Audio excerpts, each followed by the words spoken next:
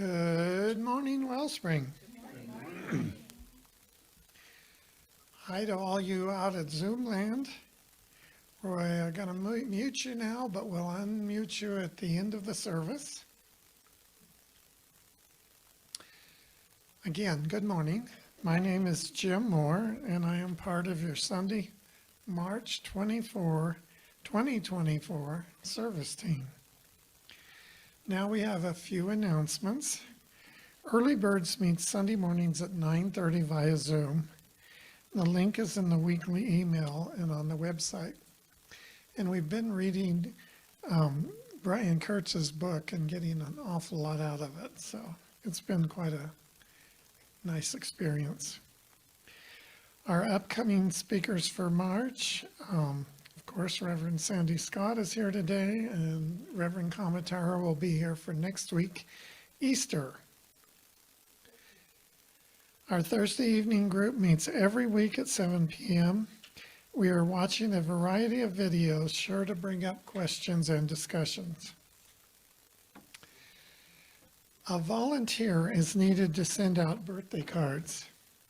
The cards and stamps will be provided and the birth dates are in the directory. Talk to me if your natal anniversary is not in the directory. I think that me means Judy Bethmann. The Board of Trustees have decided to put a labyrinth at the end of the sidewalk from the pergola to the back of the sanctuary. Please help by finding and bringing rocks to line the pathway. Rocks should be around 6 inches in diameter.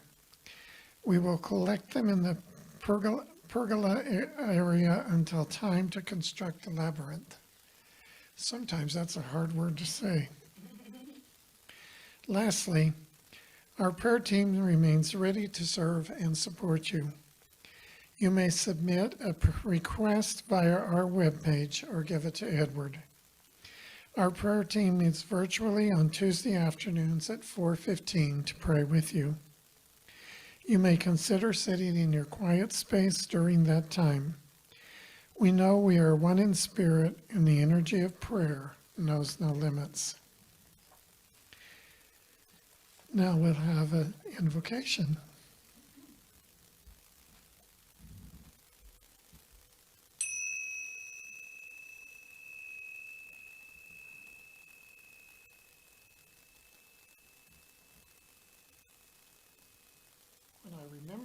When I remember to wear my hearing aids, I can really hear that.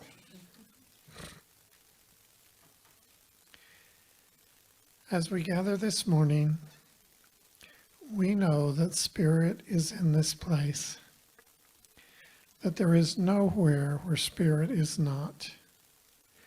We only need to be open to this truth to enrich our lives hour by hour and day by day. I am so grateful to be part of this Wellspring Sunday celebration and grateful that each of you are here as well. Some in person, some on Zoom, and some just in spirit. As we slowly breathe in and out, we realize and acknowledge our oneness, both with each other and with Spirit. I know and affirm that Sandhi's message will resonate with each of us and that we will gain both wisdom and insight from her words and her presence with us here today.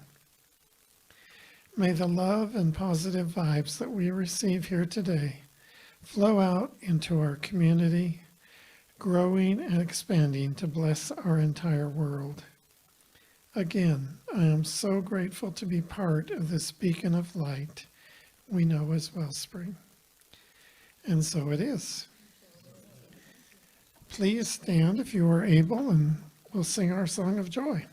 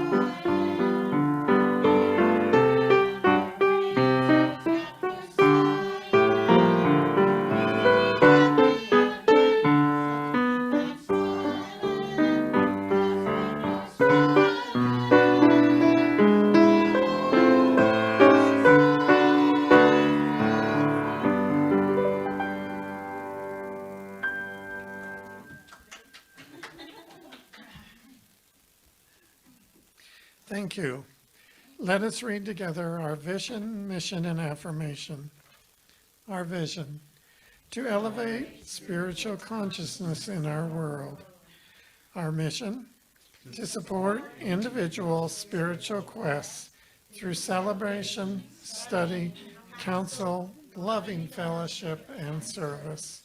And our affirmation: even when the winds of change are blowing, I stand strong in my faith and my community. Wellspring is my home base for connection and principle that keeps me steady when things seem shaky. I am resilient and rooted in truth each day. Please, now we'll have Judy sing us a song.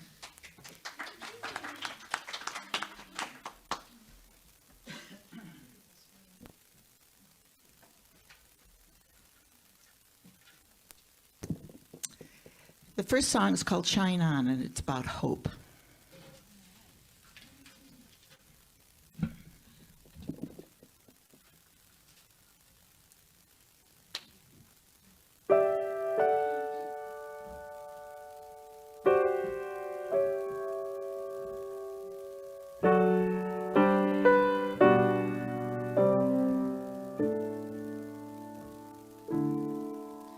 For the one out on the corner with no place left to go, for the one out in the fields with running out of hope, for all the lost and lonely so far away from home, shine on, shine on,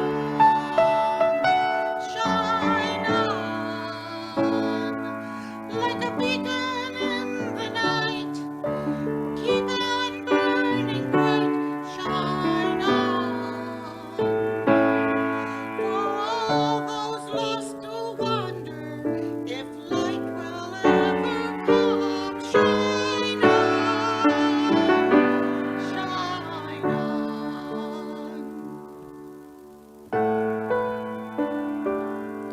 For the one who's down to nothing and feels like giving up, for the one who has most everything but a little bit of luck, for the ones at your own table you just can't love enough, shine on, shine on.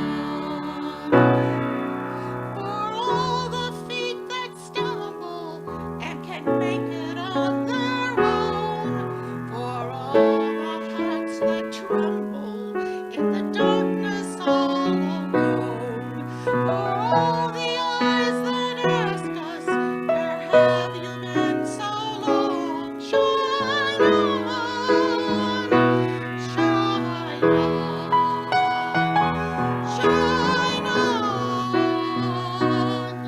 like a beacon in the night. Keep on burning bright, shine on. For all of those who wonder if the light will ever come, shine on, like a beacon in the night. Keep on burning bright, shine on. For all of those who wonder if the light will ever come, shine on, shine on.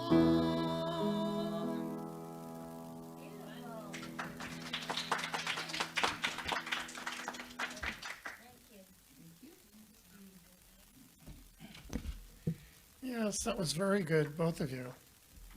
Thank you. My reading this morning comes from the Science of Mind textbook, from the teachings of Jesus. The meek shall inherit the earth. Never mind, That's not the paragraph I was going to read. Why Jesus had such power. In this book, no attempt is made to discuss all the sayings of Jesus. He lived in a world of spiritual realization far beyond that of which the average man has any understanding. As spiritual things must be spiritually discerned, so the full meaning of his sayings can never be clear to us until we have attained a consciousness equal to his. But in the record of his sayings, there is much which bears witness to our own belief, and no doubt, could we penetrate the meaning of his teachings, we should have a perfect explanation of our own philosophy. Jesus discerned spiritual truth. Why or how we do not know, nor does it make any difference. The world has not produced another like him, and until it does, he must receive a unique place in the history of human character. Thank you. And now it's time for our dear Reverend Sandy to come up and talk to us.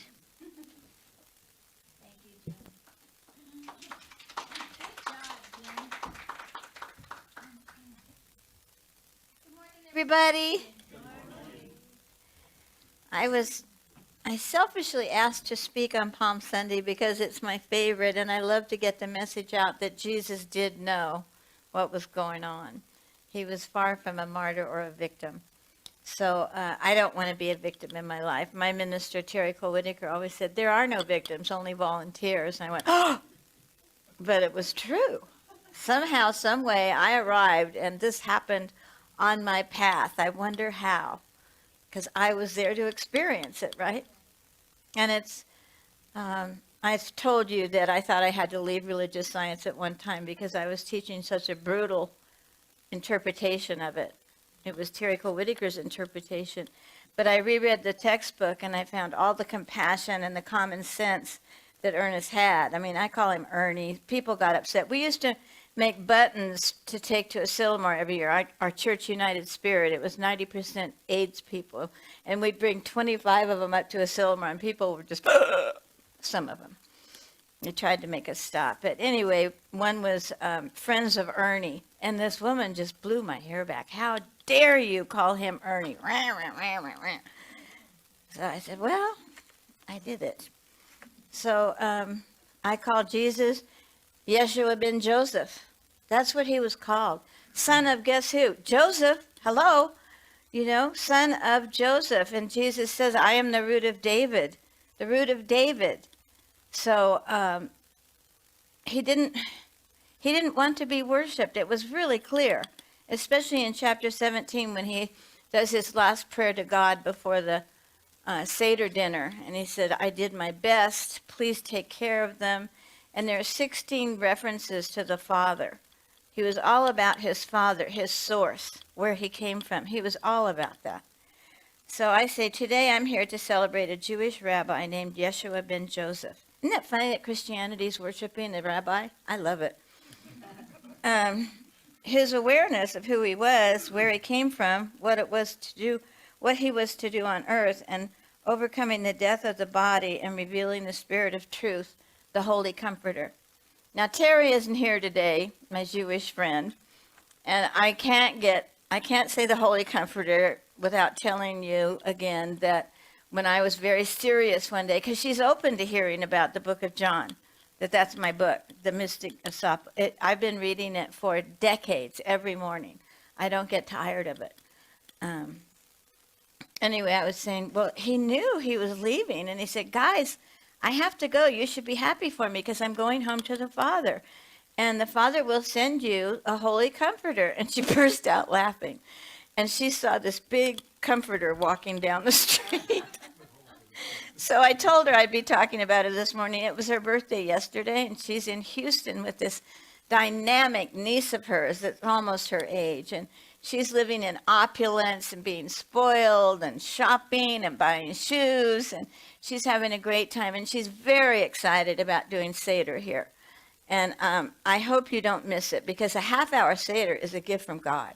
I mean, to tell you, it can be hours at some families' places. I've been through really, I mean, I wanted to eat the egg. It's like, when are we going to eat this thing? So a half-hour Seder with Terry, I can't wait to see what she does. She's a brilliant, brilliant woman. She's intellectual, I'm not, and so we balance each other out, and we laugh all the time. And, of course, Amy brought me this morning. Friends are so important, aren't they? A woman was coming, but she ditched us. And I asked Adrian, my former neighbor, her grandfather owns the duplex across the street from me, and there are palm trees. And so I texted her yesterday and said, could I pick some palm leaves from the trees? Would you ask your grandfather? Well, she didn't answer me till 10:10 this morning. So I'm out there in the wind cutting palm leaves. And I should have just left them whole, because there isn't a big crowd here today. But if Amy will give you your palm leaf. I'm not Christian, but I love rituals.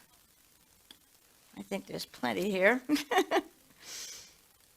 So those were cut with love, and I asked the palm tree for permission, and I gave thanks to it.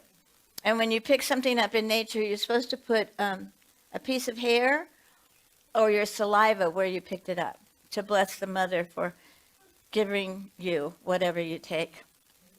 Rocks for me. I brought rocks for the labyrinth. I was so proud of myself that I remembered. Okay, so we're going to go through the book of John. This is my newest Bible, and I read it a lot. Terry Cole Whitaker used to say, this is your history book. And man, the Old Testament is better than a soap opera. I mean, to tell you, the family battles and the stealing of inheritance and putting hair on your arms so you can be your brother and steal the inheritance from him. I mean, it goes on and on. I just love it. It's better than The Young and the Restless. Well, maybe. I admit I watched The Young and the Restless from the beginning. 50 years I've been watching that thing. I haven't told people out loud very often. Okay, so we're going to go to chapter 10 in the book of John. The topic, Edward, is Jesus knew. And in chapter 10, he said why he came. I am come that they might have life, that they might have it more abundantly. Have life more abundantly. Not you're sinners and I've come to save you. Not shame on you. No guilt provocation. I came to set you free. I came to give you joy and peace. And how that got convoluted to the appalling Apostle Paul, I'll never know. But that's where the guilt and the shame and the harsh message is. It is not in the book of John. I love all the avatars. I love Krishna, and I love the Quran, and I love all the paths to spiritual philosophies for affirmative living. That's what I call what I study, spiritual philosophies for affirmative living. And Jesus is my main man. He's my guru, because it's such a pure message of love, light, joy, and peace. And that's what I like to talk about on Palm Sunday. So it's a real honor for me. Thank you. I love being at Wellspring. I just love it. It has really enhanced my life. Every single one of you. I just, and you're the sturdy rascals of Wellspring, because you showed up in the wind and the rain. You know, you're the sturdy folks that have lasted through all that you've gone through. I really admire and respect you. Okay, so Lazarus, remember the story of Lazarus come forth? Well, it has some really cool stuff in it, because Jesus was his guys out of town, and they got the message from Mary and Martha that Lazarus was really, really sick, and they wanted him to come home. And he didn't. He stayed on for 3 more days. He was tired. He was a tuckered guy, tuckered rabbi. And so he said to them, this sickness is not unto death, but for the glory of God. What if we believed that? It's not unto death. It's for the glory of God. Every problem is not to kill you. It's to teach you and learn from it. You know, when I was really sick, I had to really hunker down and listen to the messages. It was sit down, shut up. This was a message. If this sickness is not unto death, can you imagine how that helped me with AIDS? That it is not a shame to be sick. It's not a shame to die. It's for the glory of God. It's to increase love on earth. The way you go through a challenge, you can either increase life or decrease life. You can either add to the higher frequencies of affirmative living or you can ditch it. And the progress I'm making, ever since I started speaking at Wellspring, because I behave better, now I'm going to speak. But the difference is amazing. So he says, he finally gets to Mary and Martha's house. And he says, Lazarus is dead, and I'm glad for your sakes that I was not there. Because they said, where have you been? If you were here, he would have lived, because he died. And so he says, I'm glad I was not there, to the intent that you might believe. Nevertheless, I go unto him. So he delayed it on purpose. He knew what he was doing all the time. I think it's just wonderful, and it set me free. So moving on to 11. When he got to the tomb of Lazarus, he said, the most important sentence is, Father, I thank thee that you have heard me. He gave thanks. And if you know anything about religious science, we do a 5-step treatment. Are you ready to receive? And the 2 stands for thanksgiving. And my mentor, Dr. Vittoria Papke, was Ernest Holmes' practitioner. And she stood toe-to-toe with Ernest and fought to put Thanksgiving into the treatment. The other half, the other branch that used to be another branch, now we're blended and compromised and all that. So they don't have that step. I went to meet the New York minister when I was there as a chaplain after 9/11, and he said, we don't do that step. And I said, oh, well, she was my spiritual mother, and I'm really proud of it. Isn't that interesting that he gave thanks first?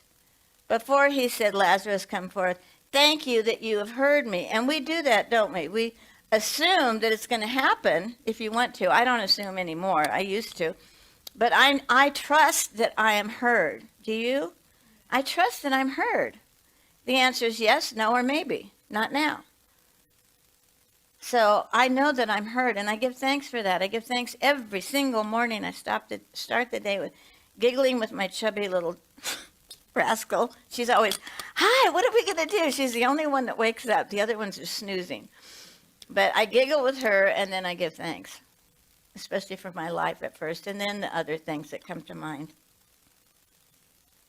So then, when Lazarus came forth, the people went nuts and started gathering around Jesus in huge crowds, huge. And so the the Pharisees, the Jewish rabbis and leaders of the church, were very concerned because they were losing their power. You know, I think most of us have control issues from time to time. It's one of my biggies.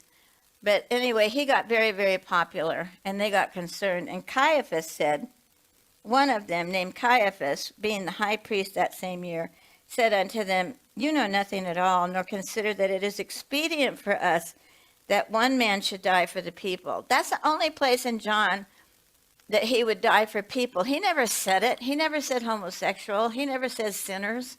He said sin once, and it was go and sin no more. And most of you know that sin actually means make a mistake. So run along and don't be hard on yourself. Don't screw up. You don't have to do that anymore. You're free. So it's expedient for us that one man should die for the people, that the whole nation perish not. Because they thought if Jesus took over, they would lose their power and the Romans would come in. It's all about politics and power. Nothing new, right? It's like a soap opera. Just like the soap opera we're living in this country and in my life. I have drama. I don't know about you guys. I don't like it. Less and less all the time. He prophesied that Jesus should die for the nation, and not for that nation only, but also he should gather together in one the children of God that have scattered abroad. From that day forth they took counsel together for to put him to death. That's what it says, for to put him to death. Okay, so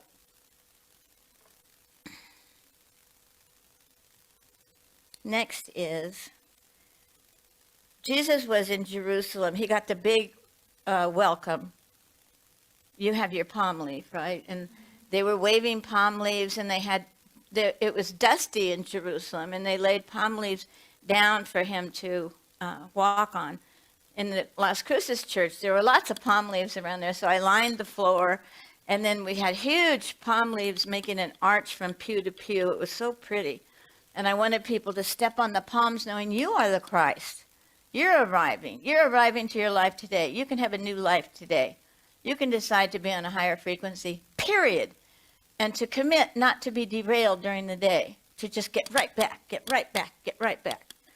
So they say that a plane flying to Hawaii is only on target, on course, 10% of the time. The rest of it's correcting. Can you relate? I correct a lot during the day. So he had Seder, and he didn't say, this is my blood, this is my body. He washed their feet, period.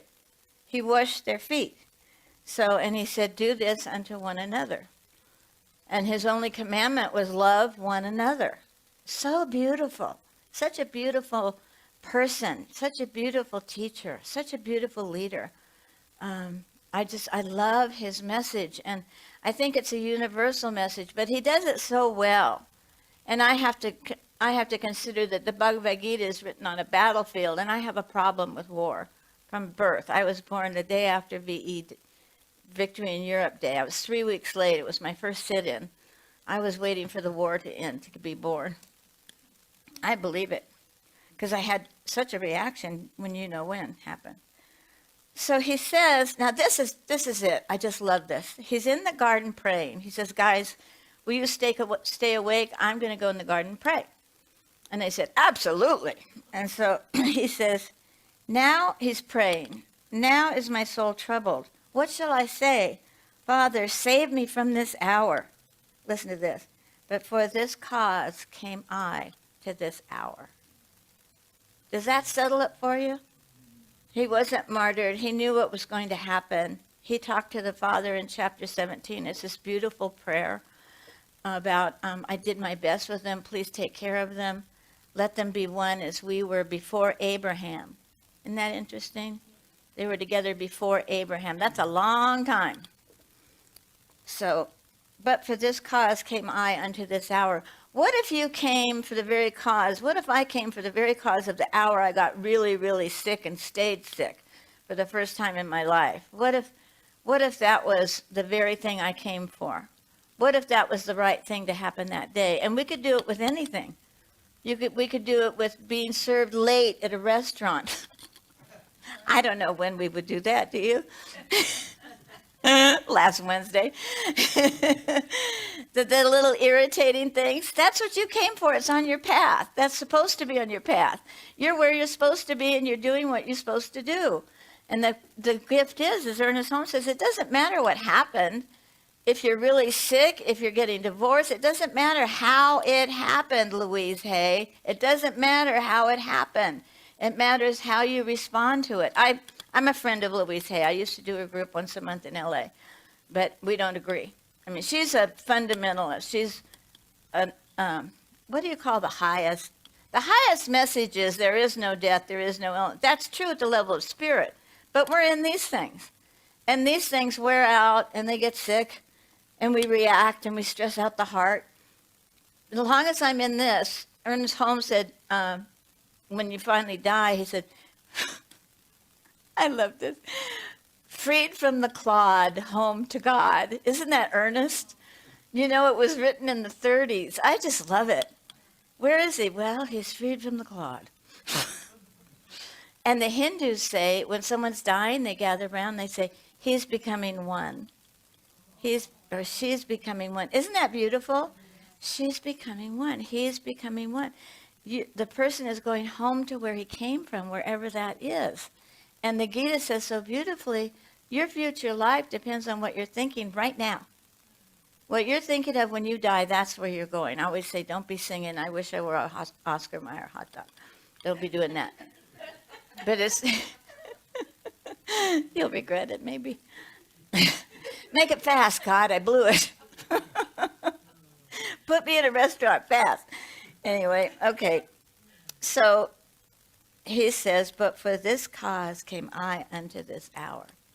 There are no mistakes. It's happening because it's happening. It is what it is. There's no other way than the way it is. The question is, what are you going to do with it? And how are you going to be with it? And then he says, Father, glorify thy name. glorify just means bless. Bless your name. Increase your name on earth. We can increase love the minute we choose high frequencies. The minute we forgive someone. The minute we call someone that we don't like because they're sick and they're suffering. And a woman fired me as her AA sponsor. She got really mad at me. And then she went to Texas for cancer. And I've been texting her. You know, I don't care whether she fired me or not. I love her. And I want the best for her. And I'm not giving up. So there.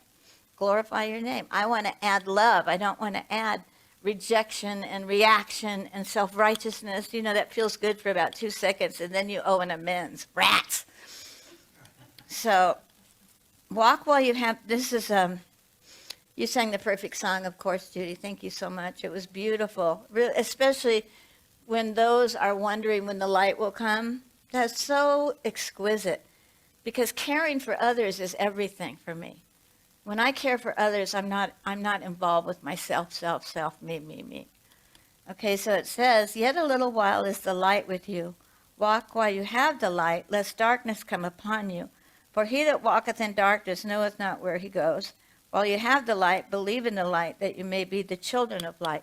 Now, I know thee and thou isn't your thing, a lot of people's thing, and I read the Pacheta translation with George Lama, the Lamsa Bible. I read that too.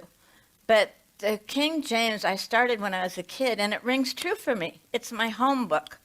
But I read all kinds of translations of the Bible. I've read this one 3 times, not this, but King James 3 times, and the Jerusalem Bible once. I had to, because Christians were attacking our people with AIDS, and I wanted to be able to say, Jesus never said homosexuality. He didn't die for our sins. He came a witness unto the truth. And what is that truth? The light, that we came from the light and we're going to the light. He overcame death of the body. He overcame death of the body. That's important. I mean, how much do you hear about immortality and the new thought and new age stuff? Immortality is really important because you don't have to sweat the small stuff. Your body's temporary. You're just here for a little bit. And Jesus knew. He knew he came, that the Father sent him. He preached the word, and he went home by the grace of the cross. That was the grace of God for him, because he got to go home. It's a real different take. Like the Course in Miracles says, this Holy Week, do not offer your brother thorns, offer him lilies. Isn't that pretty? For Holy Week, offer your brother lilies, not thorns. It's so easy to make people wrong, isn't it? Be disgusted with the news. I don't watch. I don't listen. I don't read. Okay, I am come a light. Here's why he came. I am come a light into the world, that whoever believeth on me should not abide in darkness. Isn't that cool? He doesn't want us to stay in the reaction. He doesn't want us to stay in the misery. He knows there's another way. And we know that. New Thought knows it. New Age knows it. New Thought knows it. Okay, so whoever believeth on me should not abide in darkness. I came not to judge, for I have not spoken of myself, but the Father which sent me. He gave me a commandment, what I should say and what I should speak. And I know that this is his commandment, God's commandment. Imagine, he knew. And I know his commandment is life everlasting. Now, how clear can that be? It's about immortality again. Ernest Holmes was big on immortality. He knew where he was going to go was back to Hazel and his black lab, Hazel, his wife, and his black lab, and he was looking forward to it.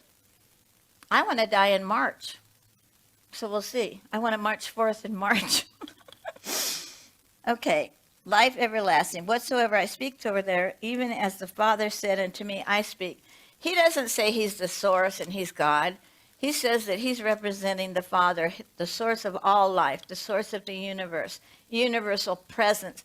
I'm here to represent the presence, and I'm here to tell you that I'm here for joy, and I'm here for peace and life everlasting, that your joy may be full. He said that like 4 times in the book of John, that your joy may be full. Now, why doesn't that get out? Why aren't we talking about that? Well, we are, aren't we? Okay, and I really thank Edward for giving me this day, because it really means a lot to me. And then he says, for the dinner, he knew that Judas was going to betray him. And they said, who is it? I said, he it is to whom I shall give a sop, sop, when I have dipped it.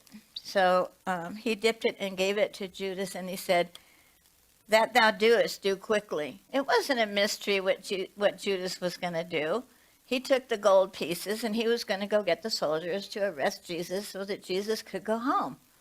So he was an instrument of God's peace, truly, but he hung himself in shame. Okay, so it says, a new commandment I give unto you, that you love one another, as I have loved you, that you also love one another. Isn't that great? That's what happens here at Wellspring. We love one another. You made it through the loss of the founding minister. Rarely does a small, not a big box church, but rarely does a church make it past the loss of the leader, of the founder, because they're so hard to replace. I was assigned to replace Reverend Candy. It was impossible. It was absolutely impossible, because they loved that .com era that I was a hotshot minister too, but I was no longer a hotshot minister. I was a devoted metaphysician trying to give a message that would further people's lives. So how about that? I give you a new commandment, that you love one another. How simple does that get? And how hard is it to love one another all the time, every day, all the time?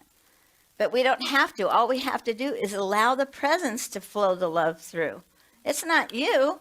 It's the energy, infinite energy on the vibrating through you as your life, and you regulate that frequency with your thoughts. Change your thinking, change your thoughts. Gita says what you're thinking about, that's going to be where you go. That's really vital, isn't it, to be watching our thoughts, to be monitoring my monkey mind, because she wants to just do this all the time. So I send her to bed. Okay, believest thou not that I am in the Father, and the Father in me? The words I speak unto you, I speak not of myself. Not of myself, but the Father that dwelleth in me. He doeth the work, and I will pray. This is it. This is why I'm speaking today. And I will pray the Father, and he shall give you another comforter, capital C. Paraclete, it means, which means advocate.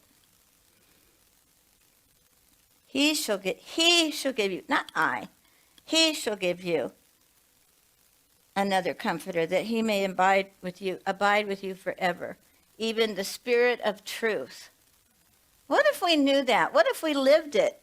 That we had a constant holy comforter within us. We do, if we want it. We can believe whatever we want to believe. I believe that I have a holy comforter within me. When I'm uncomfortable, it's because I'm not listening to the holy comforter. I want to be comforted. Like I think it's Isaiah, comfort, comfort, comfort ye my people, saith the Lord. We're supposed to be comforted, and we know it so well and it's so wonderful. We want to comfort other people. We want to pass it on. It's the circulation, like it's time for Wellspring to spring forth and let it out that this is the place to be on Sunday, on Thursdays, on Wednesdays. This is the place to be. We got something going on here, and it'll set you free if you want it. It'll keep you on a higher vibration so you don't have to be stuck and react anymore. This is the place to be, folks. So I don't know any other way to grow a church than to invite guests. I've been inviting people. I invited a woman, and she said she was coming, but she didn't. But it was close. I'm getting there. I'm not going to give up. I hope you guys don't either. Okay, so it says, Spirit of truth, I will not leave you comfortless. At that day ye shall know that I am in the Father, and ye in me, and I in you. That's one of my favorites. You will know that I am in my Father, and ye in me, and I in you. The Comforter, which is the Holy Ghost, whom the Father will send in my name, he shall teach you all things, and bring all things to your remembrance, whatsoever I have said unto you. Isn't that cool? Jax is making the rounds. He thinks aisleways are runways. You know, oh, come let us adore me. Oh, come let us adore. He's just the best. Okay, so it says, peace I leave with you. My peace I give unto you. Not as the world gives, but give I unto you. Let not your heart be troubled, neither let it be afraid. A friend of mine had open heart surgery, and it was canceled twice. You talk about stressing out a diseased heart. They canceled the day before, and then they canceled 2 days before. And it really got him down. I mean, he's not a metaphysician. He's not in this movement. His wife is, sort of. And I just felt so deeply for him. I just kept praying for the highest good, that I don't know. You know, they lost the anesthesiologist. Well, that's pretty vital to heart surgery. You know, it didn't say how they lost him, but that's pretty vital. So there was a reason for this very hour came I, because the anesthesiologist isn't here, so I don't want the surgery without him. 20/20 vision means it all worked out. Oh, I see why that happened. Have the 20/20 vision now. It's happening right here, the way it's supposed to be, and it's going to be that way tomorrow and next month and next year. It's all working together for the highest good of all concerned. If I let it, if I allow the presence to flow through me on a higher frequency. I call it the is. The is like infinite energy, right? It's capital I, capital S. The is ising as Sandy temporarily on earth. The is ising. I be ising. Forgive me. Okay, so ye have heard how I said unto you, I go away and come again unto you. If you love me, you would rejoice. You hear that? You would rejoice. Guys, I know where I'm going. I get to get out of here. This is a mess. I mean, look at what's happening here in Jerusalem. It's divided. It's bipolar, like maybe we are. This country, it's divided. It's in trouble. People are fighting, trying to control each other, trying to own each other's land, putting fences up across the land where there are no lines whatsoever. We put the lines there. There are no boundaries. There are no lines. We draw them, and it separates. And in New Thought, the premise is every problem starts with a thought of separation.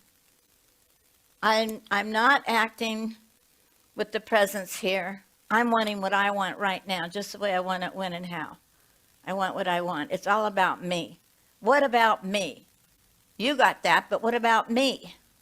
When your friends have something wonderful happen, are you thrilled? Yes, you're thrilled. Okay, if you love me, you would rejoice, because I said I go to the Father, and the Father is greater than I. It's so clear he did not want to be God. He did not have any interest in replacing the Father. He only came to deliver what he was told, what he was told, what he was told. This morning I asked permission. I said, dare I give my message that I want to give this morning, or is it controversial, or is it blah, blah, blah? They said, yes, just give it. Just give it.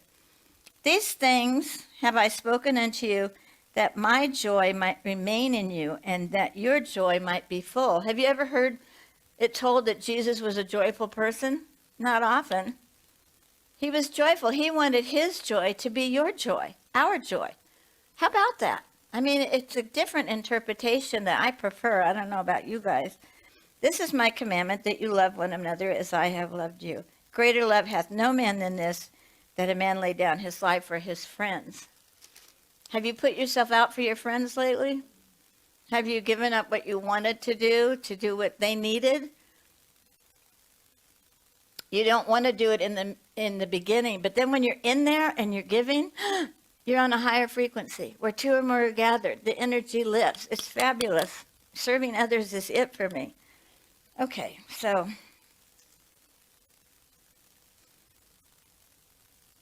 and ye now therefore have sorrow, but I will see you again, and your heart shall rejoice with joy. No man taketh from you.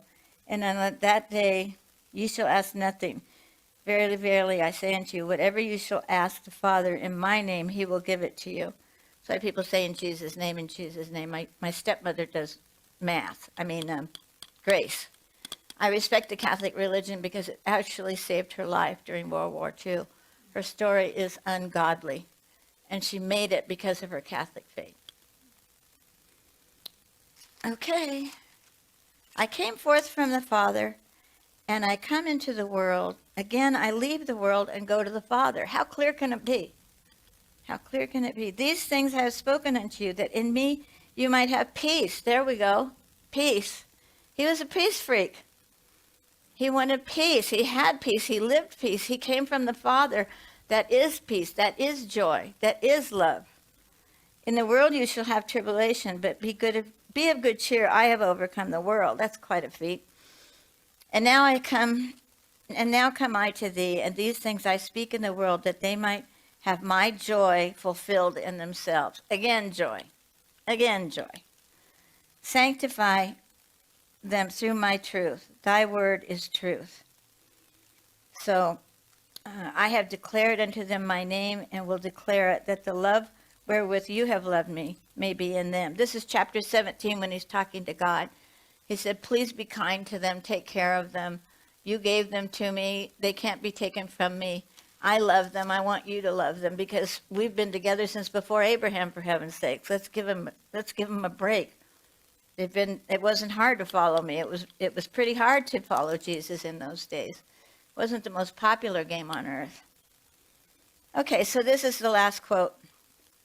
He knew that Judas betrayed him. He knew the soldiers were coming, and they came, and he surrendered. And was it Peter that cut off the ear of the guard? He said, oh, Peter, don't do that. And he bent down, picked up the ear, and put it back on. But I relate to Peter. I just do. And Thomas, doubting Thomas, he comes back to life, right? And Thomas says, how do we know it's you? Because he looked different, like Mary didn't recognize him at the tomb. I don't know if he was walking. I don't know if he transformed into another being. I don't know, but she didn't recognize him. And Thomas didn't either. He says, well, shove your hand in my wound, for Christ's sake. And he did. He said, okay, it's you. But we don't have to have proof. We can sense it. I sense that Jesus walked. I saw him one time in a vision. I was on the Via Dolorosa, and he was carrying his cross, and I saw his chest running with sweat and blood, and the robe that he wore, and it was real to me. It wasn't a dream. It wasn't just a thought I had. It was a vision, and I believed that he walked on earth. I believed that he was a human being, that he was a rabbi. They called him Rabboni, which is an affectionate name for rabbi. Amazing. Okay, this is the last. So he's been whipped and he's been tortured. And he said, then Pilate entered into the judgment hall again and called Jesus and said unto them, art thou king of the Jews? Jesus answered him, saying, thou this thing of thyself, or did others tell it? Sayest thou this thing of thyself, or did others tell you? Is this a rumor, or are you saying it by yourself? Are you just repeating the crowd outside? And the priests have, let's see. Pilate answered, am I a Jew? Thine own nation and the chief priests have delivered thee unto me. What hast thou done? Jesus answered, my kingdom is not of this world. We don't have to be of this world. We can live through it. We can live on it. We can be as much of a participant as we want to be, but it isn't the answer for me. Nothing with a beginning or an end. Everything with the beginning has an end, and that ain't it for me. Everything's temporary that I can sense. All five senses, if you touch your cheek, on your head. My kingdom is not of this world. If my kingdom were of this world, then would my servants fight, and I should not be delivered to the Jews. But now is my kingdom not from hence. Pilate therefore said to him, art thou a king then? Jesus answered, thou sayest that I am king. To this end was I born. To this end was I born, and for this cause came I into the world.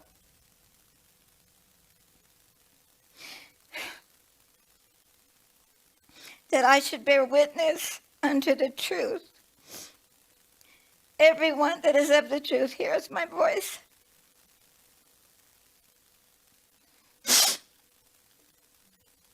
And he was killed anyway, because it was a tradition, because people are people, because humans are humans. But he did conquer death. It didn't win. Because people are talking about him today. Gene Houston said in a workshop, he said, I can't tell you whether Jesus lived on earth or not, but I'm telling you, he's here now. Everybody's talking about him. So many people, right? So the message is what you believe. The message, what is your message? For what purpose came you to the world to give? What is your message? You know, when a reporter chased a train when Gandhi was leaving a town, he said, give me something, tell me something, I want something from you. And remember, what did he say? My life is my message. And your life is your message. What message are you emanating? People can read your energy. What are you feeling? Are you radiating bullets or flowers? You know, when people are, they go, hi, how are you? And go, you're ticking. I got to get away from you. Tick, tick, tick, tick. Radiating bullets. Hi, how are you?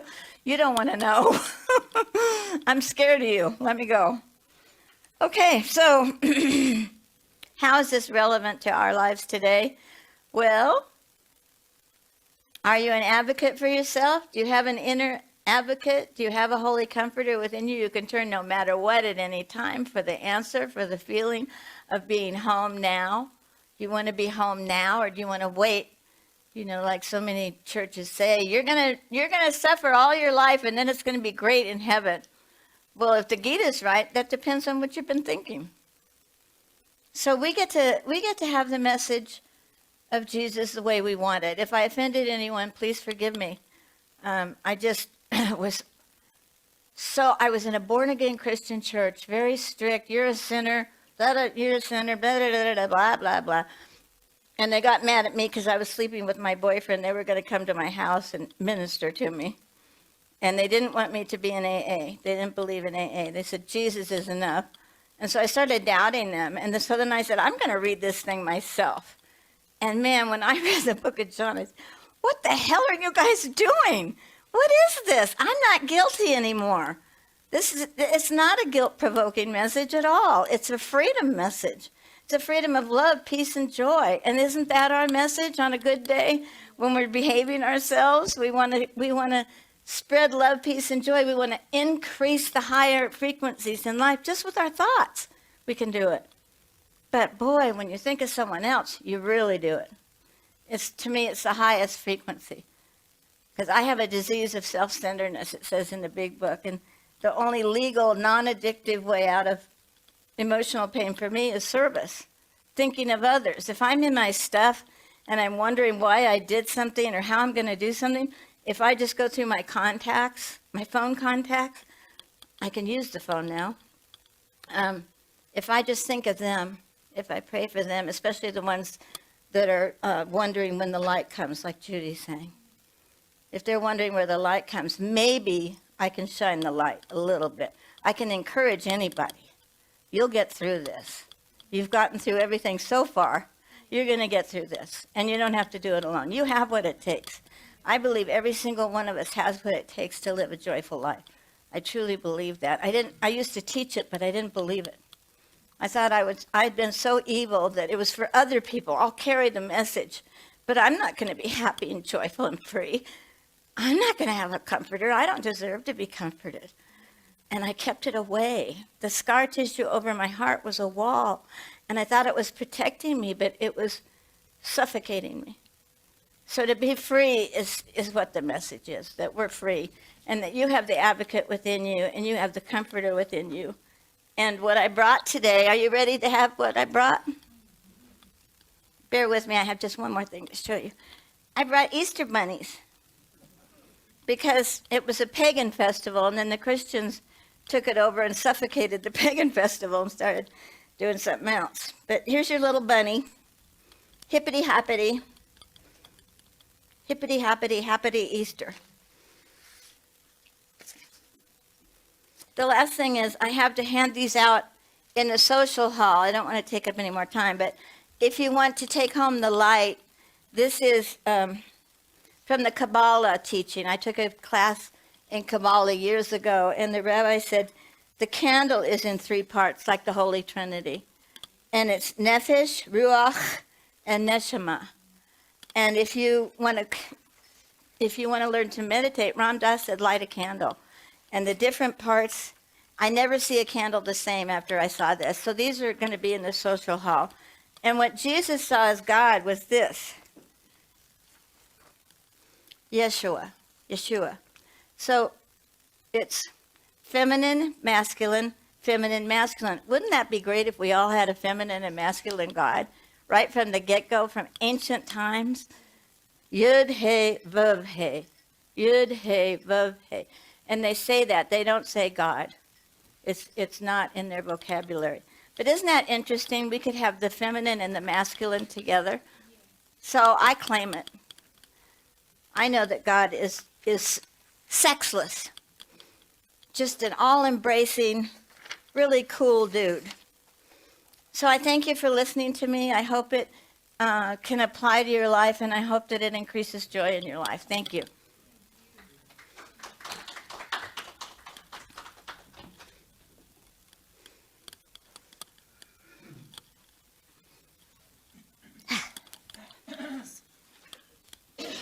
Thank you so much.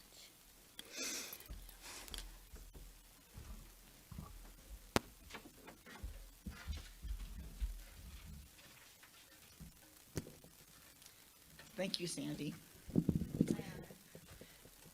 This is a song about abundance. All right.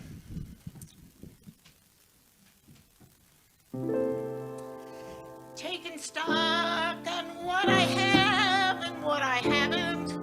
What do I find? The things I have will keep me satisfied. Checking up on what I have and what I haven't. What do I find? A healthy balance on the credit side. Got no diamonds, got no pearls. Still, I think I'm a lucky girl. I got the sun in the morning and the moon at night. Got no mansion, got no yacht. Still, I'm happy with what I got. I got the sun in the morning and the moon at night. Sunshine gives me a lovely day. Moonlight gives me the Milky Way. Got no checkbooks, got no banks. Still, I'd like to express my thanks. I got the sun in the morning and the moon at night. And with the sun in the morning and the moon in the evening, I'm alright. Got no silver, got no gold. What I got can't be bought or sold. I got the sun in the morning and the moon at night. Got no heirlooms for my kin. I never leave, but when I cash in, I leave the sun in the morning and the moon at night. Sunshine gives me a lovely day. Moonlight gives me the Milky Way. Got no checkbooks, got no banks. Still, I'd like to express my thanks. I got the sun in the morning and the moon at night. Sunshine gives me a lovely day. Moonlight gives me a Milky Way. Got no butler, got no maid. Still, I think I've been overpaid. I got the sun in the morning and the moon at night. And with the sun in the morning and the moon in the evening, we're all right.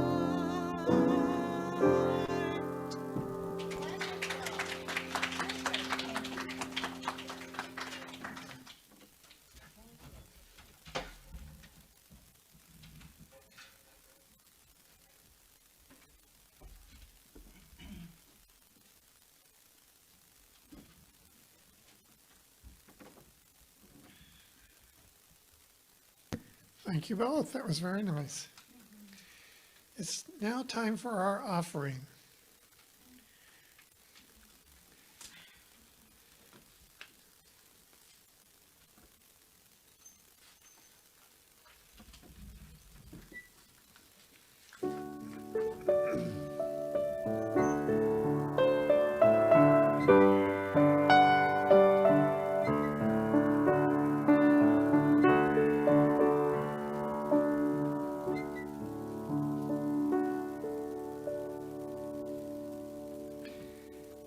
Thank you, Sharon.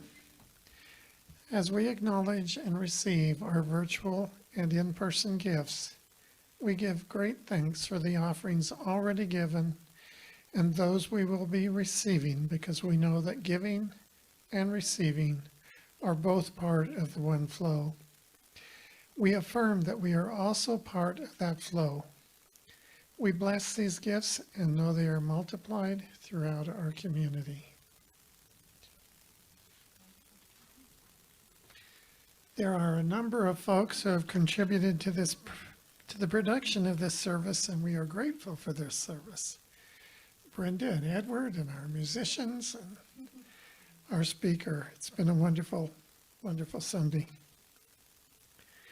We thank you for joining us today in Zoom land and here in the sanctuary. And lastly, stay around in the Zoom meeting after service to visit or join us in the social hall.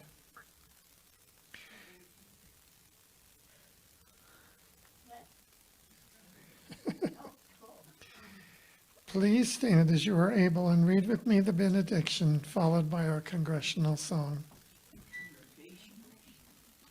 Spirit in the midst of us is mighty. Joy, peace, and eternal life are our true nature and flow through us into the world. And so it is.